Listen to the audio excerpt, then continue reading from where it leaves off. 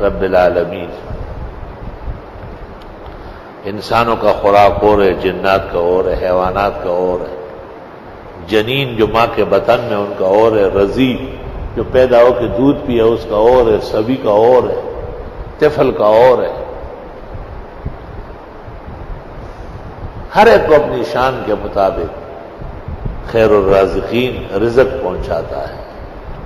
والذین هاجروا فی سبیل اللہ ثم قتلوا او ماتوا لیرزقنہم اللہ رزقا حسنا وهو خیر الرازقین.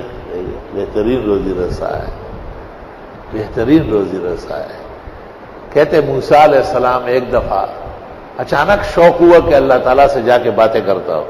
کوئی طور روانہ ہو گئے اور حضرت موسیٰ کے کلام مع اللہ کا وقت آتا تو وہ کوئی طور جاتے، وہاں سے اللہ کی آواز آتی تھی اور کلام شروع ہو جاتا تھا. تو موسیٰ علیہ السلام کو راستے میں خیال آیا کہ یار گھر میں آٹا کھانے کا سامان بال بچوں کے لیے ہوگا یا نہیں، کیونکہ انبیاء امت پر رحیم کریم ہے تو اپنی اولاد کے حق میں تو یقینی بات ہے. حق تعالیٰ جو علیم بذات الصدور ہے، جب موسیٰ علیہ السلام پہنچے تو حق تعالیٰ نے کہا کہ اے موسیٰ، اور باتوں سے پہلے یہ پتھر کو لاٹھی لگاؤ، یہ ٹوٹ جائے گا. پتھر کو مارا، وہ ٹوٹ گیا. ایک اور نکلا، ایک اور نکلا، ایک اور نکلا. اخیر میں ایک چھوٹا سا گٹھی نکلی، گٹھی. حق تعالیٰ نے کہا اس کو بھی توڑو. جب اس کو توڑا تو اس میں ایک کیڑا نکلا، یہ چیزیں پکے. وفی فیہ نبت طری، اور اس کے منہ میں ہری گھاس. وعلیہ قطرۃ، یہ قطرہ ادو پہ پرتے، یہ آپ کا کھانا، اور یہ تھیلی کے اندر آپ کا پانی. کلوا واشربوا. موسیٰ علیہ السلام بڑے حیران ہوئے کہ پتھر کے اندر کیڑا ہے. حق تعالیٰ نے کہا اے موسیٰ، یہ کچھ کہنا چاہتا ہے. حضرت موسیٰ نے کان قریب کیا تو وہ چھوٹی سی کیڑی کہہ رہی ہے سبحان من یرانی ویعرف مکانی ویرزقنی ولا ینسانی.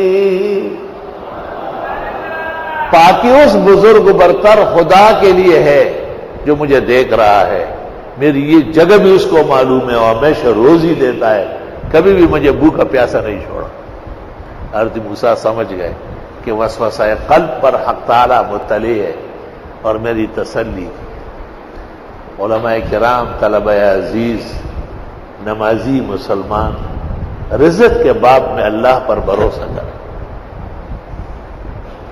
حدیث میں ہے لو توکلتم علی اللہ، اگر خدا پر بھروسہ کرو، دیکھتے نہیں ہو پرندے کو، تغدو خماسا وتروح بطانا، صبح جب نکلتا ہے تو اس کا پوٹا خالی ہوتا ہے، ججورے خالی.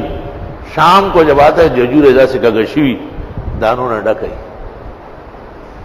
رزق کے معاملے میں خدا تعالیٰ کو پہچاننا بہت ضروری ہے. کبھی بھی اللہ کے ساتھ اسباب کا معاملہ نہ کریں. مسبب وہ خود ہے، کہاں اسباب بھی آپ پیدا کریں. میں نہیں کر سکتا، اور پھر جم کے رہو، ادھر ادھر نہ ہو.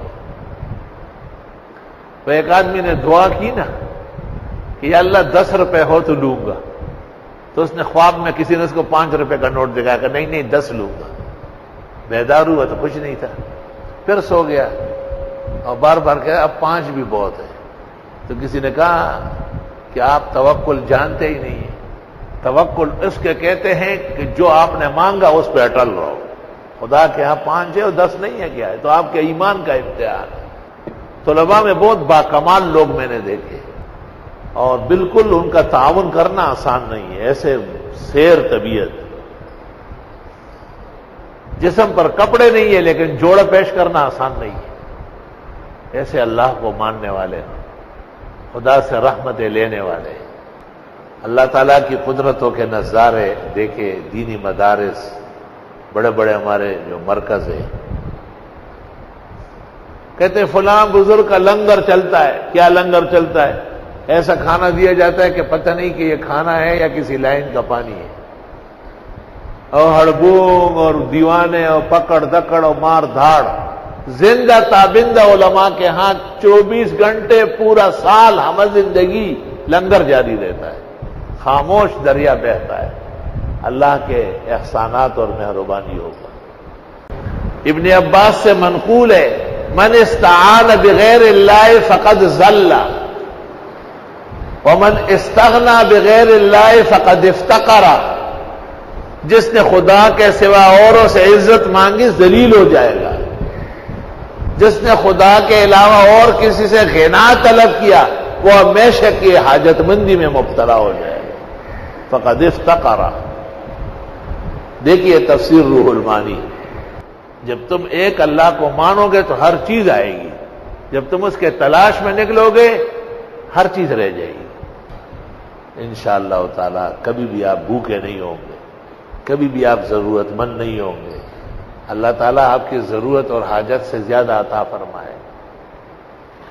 کچھ امتحانات ہوتے ہیں وہ گزارنے پڑیں، بغیر امتحانات کے تو کام نہیں بنتا۔